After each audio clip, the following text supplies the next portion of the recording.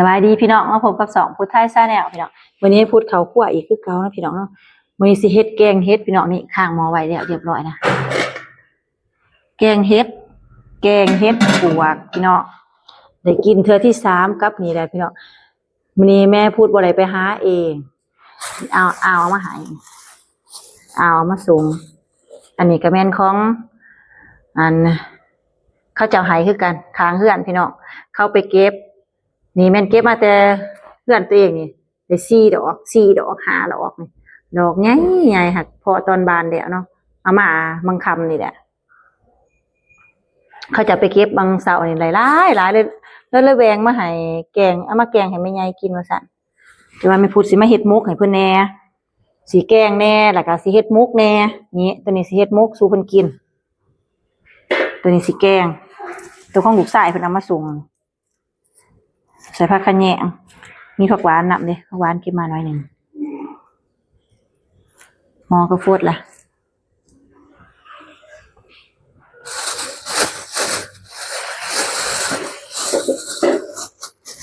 เอาเฮ็ดลงใส่หม้อเลยเพราะว่าหม้อเฮาฟดแล้วของอ่าวก็หลายๆตัวแล้วมาหลายๆตัวแล้วเป็นโลนึงโลปลายแม่ว่าซะ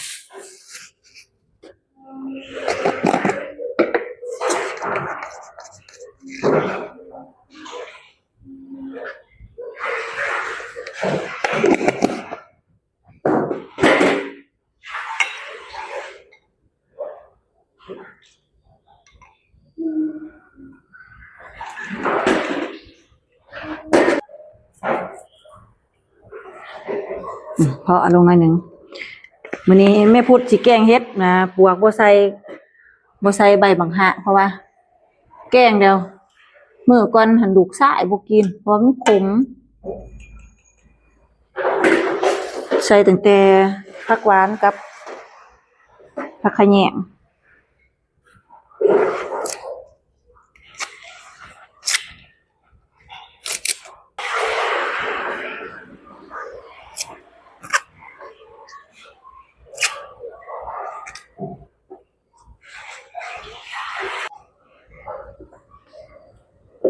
อันนี้สิมุกดอกใหญ่ๆเนี่ยใหญ่ๆนี่ดอกตัวเป็นตาแซ่บนี่สิเฮ็ดสู่แม่ยายกินตัวนี้งามอีดิตั้งดอกบักใหญ่เลยค่ะพอตอนจุ่มๆนี่แห้งสิคักไม่พูดไปเก็บเฮ็ดปีนี้บ่หมานพี่น้องได้พอ2-3โมแต่ว่าโมละเด็กโมละน้อยโมบ่ใหญ่คือของเขามีเวลาอะไรไปเลาะเนาะไม่พูดบ่มีเวลาสิได้ไปเลาะเพราะว่าไปตั้งแต่เวียกก็เลยบ่ได้ไปเลาะเบิ่งเฮ็ดนำเขามายามแดงนะโมมายามแดงเขาเจ้าก็ไปเลาะจนแตกเบิดที่เบิดแดนเขาได้บ่ไปซ้ำซะสุดท้ายก็เลยบ่ได้กินเฮ็ดได้กินสุดท้ายก็ได้กินเฮ็ดคือเก่านี่เด้ได้กินนี่เด้บ่แม่นผลงานของตัวเองดอก ของอาวเอามากับของพี่น้องข้างเฮือนเอามาฝากถ้าหายหลายเติบเลยนี่แม่ซะนึงเบลเอามาหายหลายเติบแกง1พุ่นตินี่แล้วเอามาให้แกงแล้วไหลคือว่า2 โลปลายพุ่นโอ้คือสิพอหมู่ใหญ่เนี่ยนั้นก็ม่วนเด้เนาะ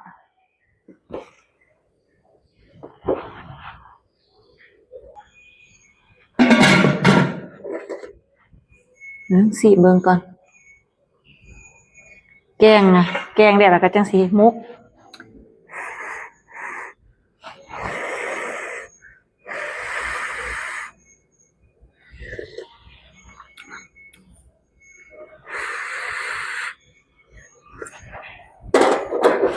ตื่นหน่อยนึง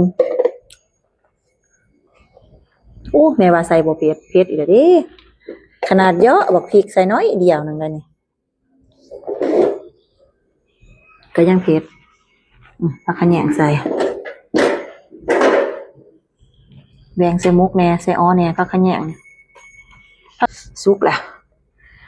ล้วตัวนี้ปรุง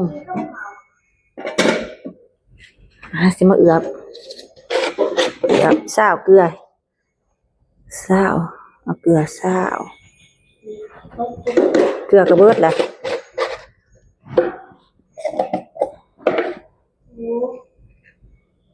ซาวเกลือซาวขะเนาะบ่ใส่บักพริกตัวนี้ข้าวเจ้าพี่น้องบ่มีข้าวเหนียวเฮาก็ใส่ข้าวเจ้าเอาเพราะว่ามุกใส่ข้าวน่ะมันจึงแซ่บจังหอม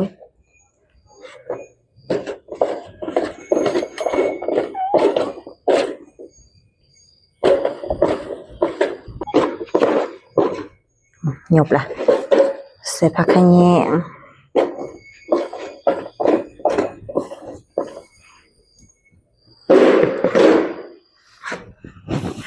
ห่อใส่ใบตองห่อใส่ใบตองนี่หอมเป็นหอมอยู่แล้วนี่เอ๊ะตอนนั้นใส่ใบตองใหญ่โอ้ใส่ใหญ่ๆแต่มันจังอันนั้นมันจังสิห่อง่ายลูกถ้าเอาใบตองน้อยมันก็ห่อยากแต่ว่าสิใหญ่โดยเวลาเฮายุบเขา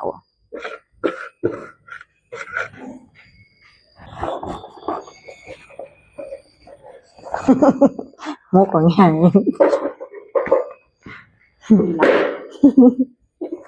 เฮ็ดจำนั้นใบตอง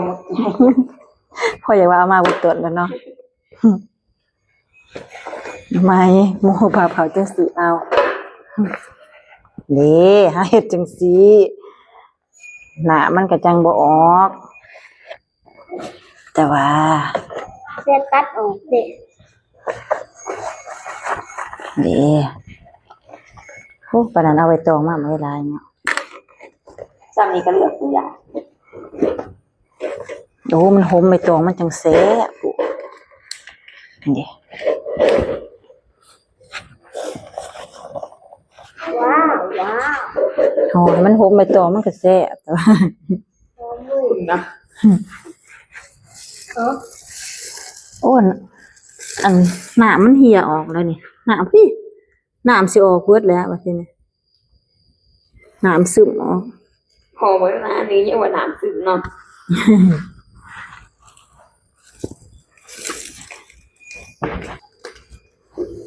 โอ้ยหนามเหี่ยเบิดสิบ่แซ่บเลยเนาะ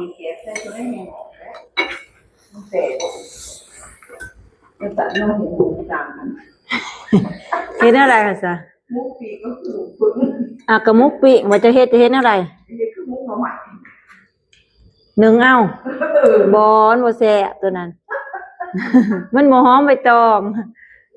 เฮ็ดแบบนี้นี่มันจังแซ่บเฮาปิ้งเด้อห่อใส่ใบตองแล้วเฮาเอามาปิ้งเ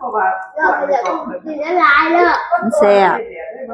เฮ็ดขาวคือกันเฮ็ดขาวหั่นเจ้าเก็บมาแล้วจะเอามามุกแบบมันจะแซ่บเลยแม่เดี๋ยวก็มากินลาย เขาบ่มักแนวน่ะมันบ่หอมใบตองมันบ่ได้กินใหม่หั่นน่ะตัวนี้มันได้กินใหม่เนี่ยมันแซ่บนี่ วันทั้งจะได้กินจังสันได้ถูกจะไปกินเฮ็ดซับกันค่ะ บ่กินแน่นั่นติเฮ็ดไปโดยเลยนะกินตัวได้แต่มันเดี่ยวตัวนั้นแล้วพอเลิกมันกินเดี่ยวไปกินตัวนั้นขนาดสุกแล้วก็ดีแน่เลยกินก็ดีมันแย่ไปพูดกันพอเดี๋ยวเขาอย่างของห่าเนี่ยด้วยหางเราจะของตีกินตัวตีน้ำย่อยออกเบิดหอมใบตองแต่ว่าน้ำนี่อันนั้นเฮ็ดที่มันย่อยออกเบิดโอ้นี่เด้นี่มันออกทางนี่แม่บ่แม่นข่อยซอยเอามีดซอยวันนี้มันออกบนทางกลางนี่บนดูกมันนี่เฉพาะว่าน้ำมันย่อยออกเบิดสิได้เด้น้ำนัวออกเบิดอ่ะโอ้หอนพี่ไม่เฮียใส่ผีกับมันร้ายนี่เฮียใส่บนกระดาษเดี๋ยวเขาไก่เรื่องไหนเลย อุ้ยยังน้อยมันก็ยังมีน้ำเลยอยู่ใช่คนในน้ำเฮ็ดมันได้เนาะน้ำเผ็ดมันหลายเฮ็ดมันเฮ็ดปากเนาะยังเหลืออยู่น้ำยังหลายใส่พริกดีบ่บ่ได้ใส่พริกเฮ็ดมันบางนี่โอ้เฮ็ดบ่ได้หลายนี่มาปิ้งแดดน้อยเดียวเนาะเฮ็ดบางมันหนุบเนาะบ่คือเฮ็ดตัวจุ่มๆเนาะเฮ็ดอยู่มันโต เฮ็ดบ้านมันโลก เนี่ยแล้วหมกเฮ็ดพี่น้อง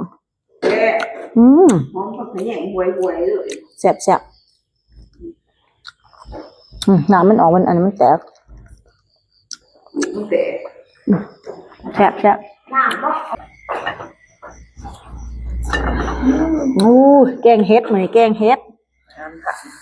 ปีก เครื่องแกงเครื่องมุกมื้อนี้ อุ้ยพวกทางเลยซื้อบวงก็หน่อย เด้อ่ะ ถามเป็นอยู่ไหนนะ โอ้ยคนคือหอดคนใหญ่ได้กันเนี่ย แกงเฮ็ดปิ้งปลา เดี๋ยวบนสันงูแล้ว โอ้ย ไปมาจ้ะ ครับเลยร้านมันนุ่ม มาพี่น้องกินข้าวน้ำกันพี่น้องกินข้าวแดกน้ำกันเด้อ มาเด้อกินข้าวเด้อห้วยเขาสวนบ่ถามแม่ถามลูกเด้อดิเด้อ หมูเฮ็ดแหน่แกงเฮ็ดแหน่กับปิ้งปลาแหน่เด้ ค่ะ ปิ้งปลาว่าสิตำบักหุ่งว่าสิตำบักทั่วเมียว่าบ่ตำดอกว่าซะ วันที่แข่งเองสวนใจยังต่ำตัว กินแกงเฮ็ดเนาะ แกงจะประแดกแน่นมันก็คักกันยังจริง ปลาย่างคล้ายบ่ขายดอกปลาปิ้งปลานะ บ่ขายมันก็บ่เป็นจะกินนะ มื้ออื่นก็บ่แซ่บแซ่บ นี่นะ ข้าวแต่อันนี้ไง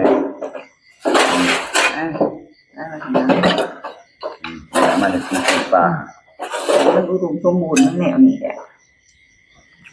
มันมือมันหลายมันมืออาหารหลายมันมืออาหารบ่ได้กันเจ๊ลวกผักเจียวปลาแดก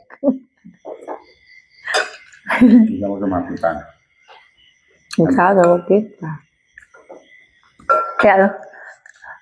แซ่บอยู่ปลาเปียน แสบเลยปลาเปลี่ยนอากาศดีแสบกว่าปลากำตักไรกำที่บุกติดโมมันไม่บ่อน คนเอาไม่เว้ยทีคนเอาตรงนี้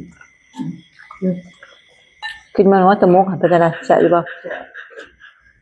ผู้ดี หอมใบตอง แกงให้ปวกมันมาแล้วไปเนี่ย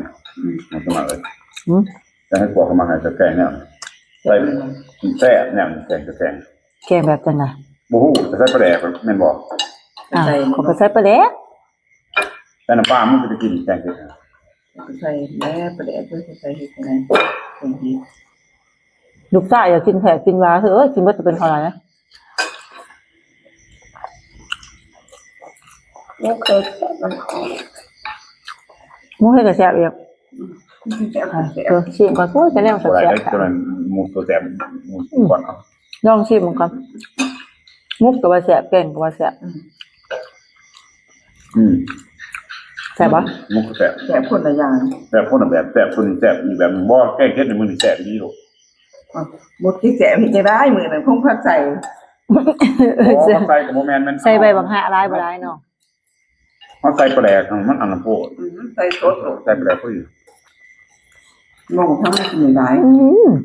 ผม ก็แซ่บเด้อมุกเฮ็ดเด้อ นุ่มเนาะ มาดิลึกกระปุ่นไป3กาวอัดกระปุ่นไปเต็มอิ่มคือกันมาพอแกงเฮ็ดหรือแกงเฮ็ดอีก แซ่บเป็นหนังมาเสียยังบ่ทันเนาะ ก็แซ่บหวานดิ บอกทั้งมาเสียเลยคือว่า เสียยังบ่ทันได้ว่า หางยาก็คือเอามาเห็ดกิน โอ้ คืออยากรู้ว่ามาเพียนะ ก็บ่คืออยู่ไหล อยู่ได้บ้างบอกว่าอยู่ได้ก็คือปั้งคำบอกเท่านั้นในสมัยยังไม่ต้องตามต่อกันแนวนะฮะอยู่ไร่อยู่ว่าจันทร์คันมาอยู่ไร่แสดงว่าต้องปวดแหละครับ เคยกินเนาะ เคยกินเว้ยอยู่ไร่อยู่บนว่ากันเวียนพยายามบุญได้แบบบกน้ำเขายับปุ๋ยใส่ บ่หานไปกวาดเขาเอา บก แล้ว กิน งานหวานยังบ่กินของเขาแล้วเขามาคือ บกกินแน่ไหมเลย ขลับได้ไหม นี่แต่เขาย่อ ขั้นกินแต่ก็ต้องครัวกินเอ้า กินจะต้อง กลัวเขาบ่หันไม่ได้กินสิ น้ำสีงัว แม่เขาบอกให้กินสิงัว ก็กลัวคือกันมีตัวทุกตัวนี้เขาเห็นกันเฮากับขนาดมองดี ขั้นเขาบอกมันอะไรอย่าง อย่างนั้นเว้ย ร่ำคือ มันผิดอีหละ อุ้ยคือแพง เต็มหมูเขายังบ่แห้งนี่น้ำมันเขาว่าโค กิน ตร ซีนสด พิษนี่นะมันพิษตำหนึ่งนะโอ้ยจะมันแผลหูแม่คักตัวนี้แล้วยังอยู่นี่มันขึ้นอยู่รอบกันแนวนะ หมูเฮ็ดขายดีก่อนหมู มาเขากันนี่เป็นแนวแสบมัน เฮ็ดจะมาเพชรอีกวะ บ่แม่บ่ได้ไปหรอก ทันพ่อทันเด็ก พ่อก็บ่ได้ไปนั่งกินข้าวอยู่เด้ ก็หาไม่เลยเว้ยคนเฮ็ดเขาแหงหาขาดหาแหงหมูเขาอยู่วัดเมืองหอดคำแต่ผมถึงคน รถจักรแรงมากปึ้ง เคยเห็นขนาดคนดอกเมื่อวานหวานตัวเด้เราห้องหากินหาขายเนาะมันตัวผมคิดดิ ตั้งตั้งตั้ง เดี๋ยวนี้ว่าเฮ็ดออกจนกดนั่งเฮือนบ่ได้นะ ไอ้คนแรกก็คือสีหนาผมบุ ตั้ง ไม่ได้อยู่ ตั้ง ก็เลยใช่ไหมสวยจัง ทั้งเฮ็ดทั้งปลาเนาะช่วงนี้เนาะ แบบนั้น ปลาก็ถือแกะถือว่า ของกระปุกเลย เฮ็ดก็ออกแค่ออกมา เออแล้วก็มันก็สมุนของบ้านเฮาน้ำมันแรงขึ้นมันเกิดนี่เกิด2 ปัด อืม เกาหลี น้ำมันก็ขึ้นอะ 2 ปัดกี่เกาหลีน้ำมันมันแดงขึ้นมาเนี่ย น้ำมันขึ้น โอ้ขึ้นเพิ่มอีก เออ ปรับราคาน้ำมันขึ้น คือปั๊บขึ้นอีกแล้ว หวานน้ำมันโลกมันขึ้นอยู่แล้ว ดีใจลงข้างหลังก็ข้างหลัง หวานดียุคประเทศบ่แม่นว่าเขาเว้าแล้วประเทศเฮานี่ดีได้เลย อุดมสมบูรณ์เนาะน้ำเฮ็ดก็อยากกินเฮ็ดน้ำปลาก็อยากกินปลาวะ ขึ้นไปโดนน้ำมันเฟิร์นน้ำมันถึงคนคล้ายๆเฮ็ด สวยไปเลยนะเออ น้ำมันถึงคนคล้ายเฮ็ดอากาศขึ้น ไอ้บ่เขาไหม ต่อนะเขา อิ่ม เห็นว่ามีคนกินแสบได้แต่ยังเบิดปันเขาคนนี้ไม่ใช่เนี่ยก็ขัดไปกัน มาเห็นไปจนปวดขาว่าซั่น แกะเบิด กินเอาใหม่